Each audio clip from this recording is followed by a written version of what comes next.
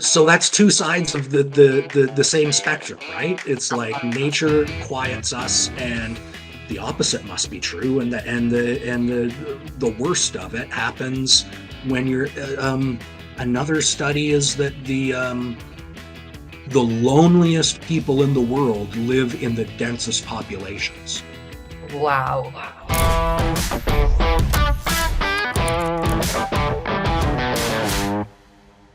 Welcome back to TALNT Cast, everybody. I'm Fatima, and we are continuing with the DCP Award for Bass Creators. And today we have on the line Kyle, the creator behind WilderVRS. How are you, Kyle? Oh, I'm excellent. Thanks for having me on. Thank you for joining us. Now, I want to start off with you giving us a little bit of an background information about WilderVRS and how you started, why you started, a little bit about you and this awesome project. Yeah. So, I always kind of took home movies from canoe expeditions. I've been a lifelong backwoods canoe guide here in the Canadian wilderness. And I got approached by a magazine that was going to set up a metaverse back in the heyday of everybody needed a metaverse. And it was called True VRS. It never got off the ground, but it lit a fire underneath me to start making more professional video content and to address an audience and to kind of teach the same way I do during a guided trip. So when that fell apart, I said, I'm just going to do it myself. So I did. And I've been doing peer-to-peer token-gated video now, blockchain-enabled content for 4 years. Amazing. So the concept really of WilderVRS is you and your wife Angela having your adventures as your actual lifestyle, not just kind of momentary things, but it's your entire lifestyle. You guys have lived off-grid in Canada, and now you have moved also a little bit more south. Do you want to tell us a little bit about how that got started? Angela and I decided to live in the middle of a forest, not only off-grid, but off-road. So we're miles from the nearest road, we're miles from where we can park our car.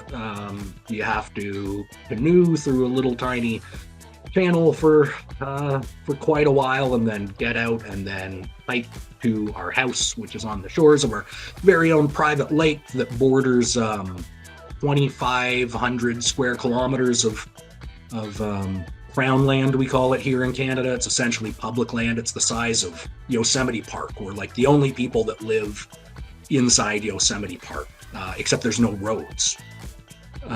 So big chunk of wild land, and it took us years and years and years to get comfortable, from going from no running water, no electricity, no refrigeration, to kind of, it's like now we have satellite internet and Netflix and a soda stream and a washing machine, and it's like, okay, we're super duper comfortable, so we can pursue our creative interests a little bit more. And then, when things get too comfortable, people like us, we crave to get out of that comfort zone again, and we started looking for property in Panama. But of course, we don't want to live in a little suburb somewhere in an expat community. We want to live at the top of a mountain next to all the jaguars in a giant patch of inaccessible jungle. So that's kind of where we put our focus, and we've found some lovely little spots, and we go back and we spend a lot of our year in Panama and trying to kind of do it all over again. First, it's we lived out of a tent for 6 months while we started to build our house. So I mean, there's challenges for sure. It's not, you can't pop over to Starbucks. Like I said, we're an hour from where we can park our car. Everything has to come in on your shoulder, and whether that's building materials or an oven, right? So made a Indiana Jones kind of Ark of the Covenant type stretcher thing that Oh, I need another person with a strong back to be able to carry the thing, and then you put your oven or your fridge or your freezer on top of it, or whatever. So it's all 2 feet and a heartbeat. Like, we don't have an all-terrain vehicle. We don't have a snowmobile. It's all paddling and feet. But yeah, I mean, the amount of stuff that you can bring in to make you comfortable, and you don't need to constantly bring stuff in, right? Once the washing machine's there, it's there. Once the fridge is there, it's there. And so yeah, it took about 10 years to really get to a place where we've got all the mod cons, but we're there. yeah, that requires some adaptation, as you've also mentioned before, that there is a lot of adaptability that you need to make this lifestyle work. And I'm curious, what have you learned throughout these years that you've been, pursuing this lifestyle, but also creating at the same time, in terms of adaptability, sustainability, different things that you have learned in your offline world that you are now translating into your online creative kind of expression, right? So WilderVRS, or the blockchain aspect that you're moving into more and more. What are things that you kind of have translated from your offline world into your online world? Well, adaptability is certainly absolutely paramount when it comes to emerging technology, right? And blockchain, video, film 3, whatever you want to call it, because the world moves so fast now with technology that you either adapt or you get left behind. So that's something where I'm always keeping my ears open for what new features could be that I could possibly integrate into my own system of video release. But as far as the filmmaking is concerned, when I film into the Wilderverse, it's about a journey, and so you can try to impose a narrative on it and go out there with a story that you really want to tell. And when you're out in the middle of nowhere, nature has a funny way of saying, like, no, you don't get to tell that story, right?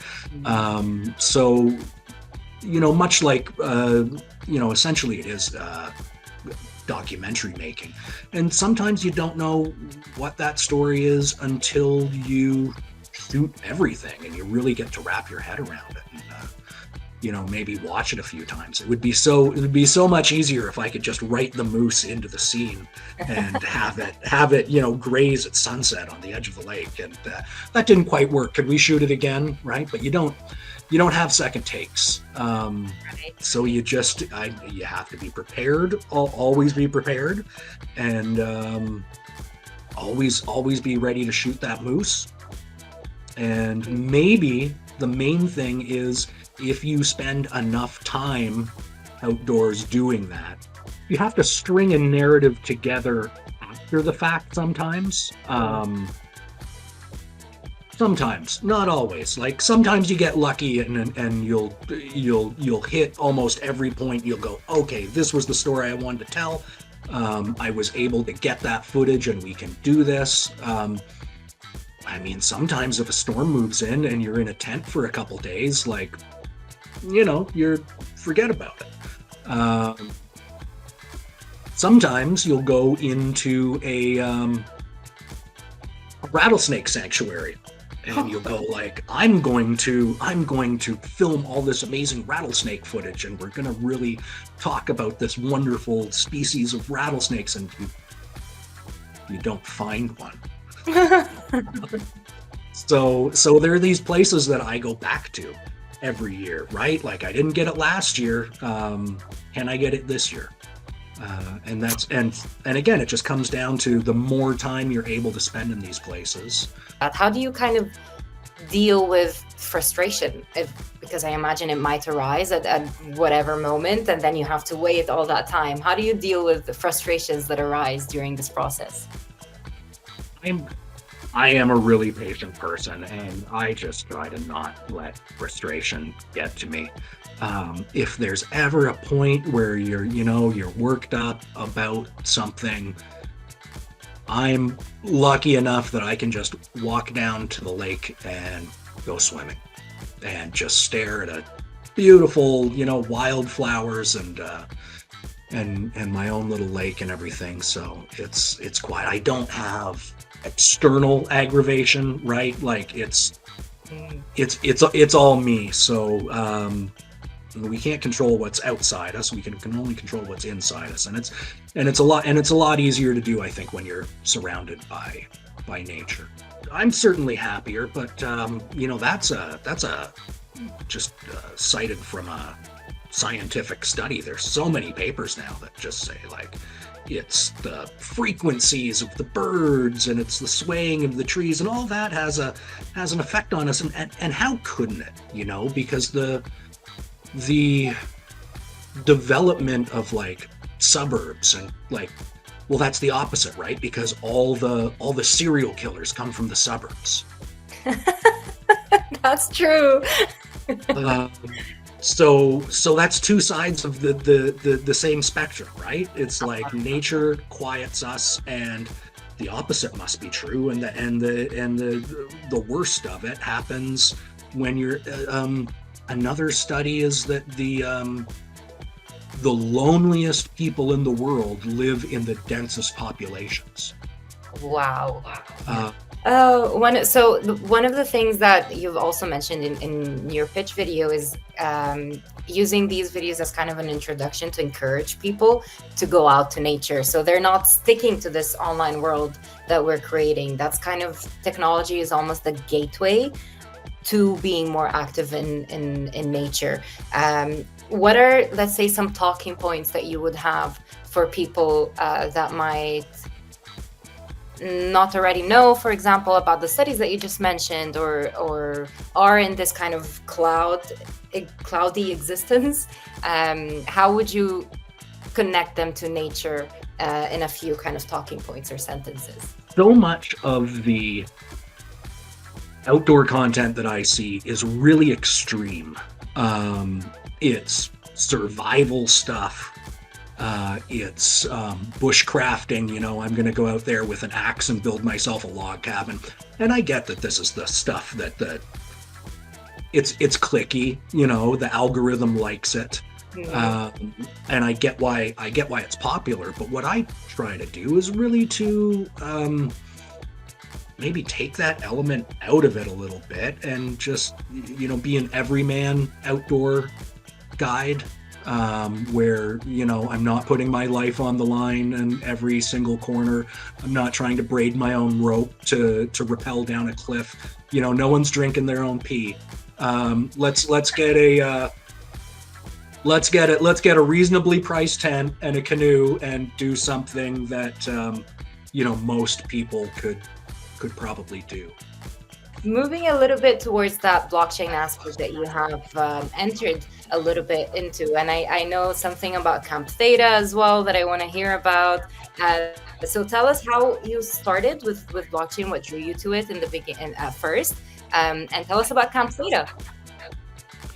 Yeah, so I used Theta Network because they were kind of first to market with a token-gated video software. So I was able to release NFTs and have them gate my video content behind them.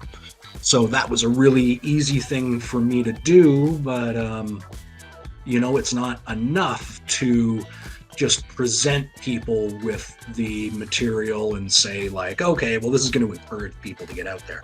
So what I did was, the goal was to actually rip people off of the screen and put them into a natural environment. And I was able to do that by creating Camp Theta, where I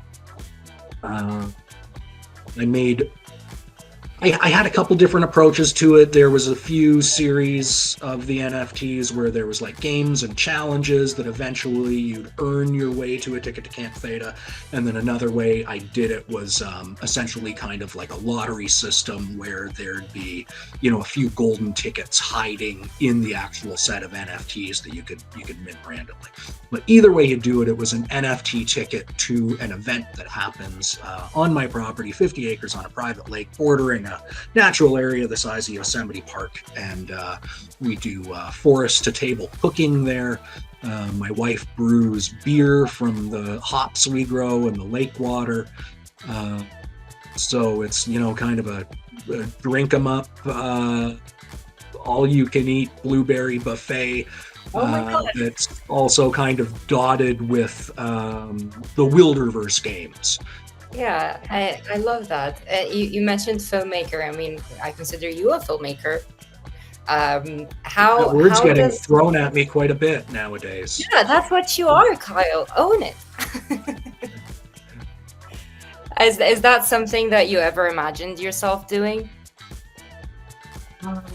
It seems like kind of a natural progression, I guess, because I've been a multimedia like visual artist for my whole life essentially, and with the advent of internet that kind of popped up halfway through my career, where everything was starting to be video on the internet, filming stuff and filming the process started to become really important to getting work out there. So yeah, I mean, it's the start of well, maybe not the start, but it's the beginning. I think we're still towards the beginning of a new journey for me. How did you come across DCP and what made you want to submit?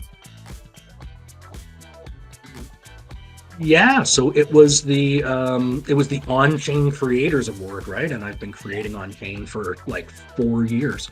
So a good friend of mine and someone who has visited Camp Theta and won told me about it back in, I don't know, was it July when the contest opened? And I was building a cabin, a new off-grid cabin out in the middle of the woods, and I had all these trips planned to the rattlesnake sanctuary and to this gorge and Lake Superior kind of thing. And I came back from all that filming and I thought, oh yeah, there's that contest, right? And the contest will close after 25 entries. And I looked at it and there's 24 entries. And I went, oh, well, if I'm going to enter it, I guess it has to be now. So I just kind of dropped everything and I entered it. And I'm really glad that I did, because I've been watching what DCP has been doing for so long that it's really fun to be a part of it. Oh, that's amazing. Kyle, it's been such a pleasure. Thank you so much for hopping on this call. And any last words for our community? Well, the outdoors is a lot like independent filmmaking, I suppose, where the struggle might be just to go out and do it. But you don't need to shoot a blockbuster, and you don't need to go to the Grand Canyon or to El Capitan. You just need to get out into that flowery meadow, and there's probably one not far from your house. So check out Google Maps, go on a little drive, find the meadow, bring your camera. You'll have a great time. Oh, I love that. That was beautiful. Thank you so much. We will end with this. Thank you so much, everybody. Have a great day.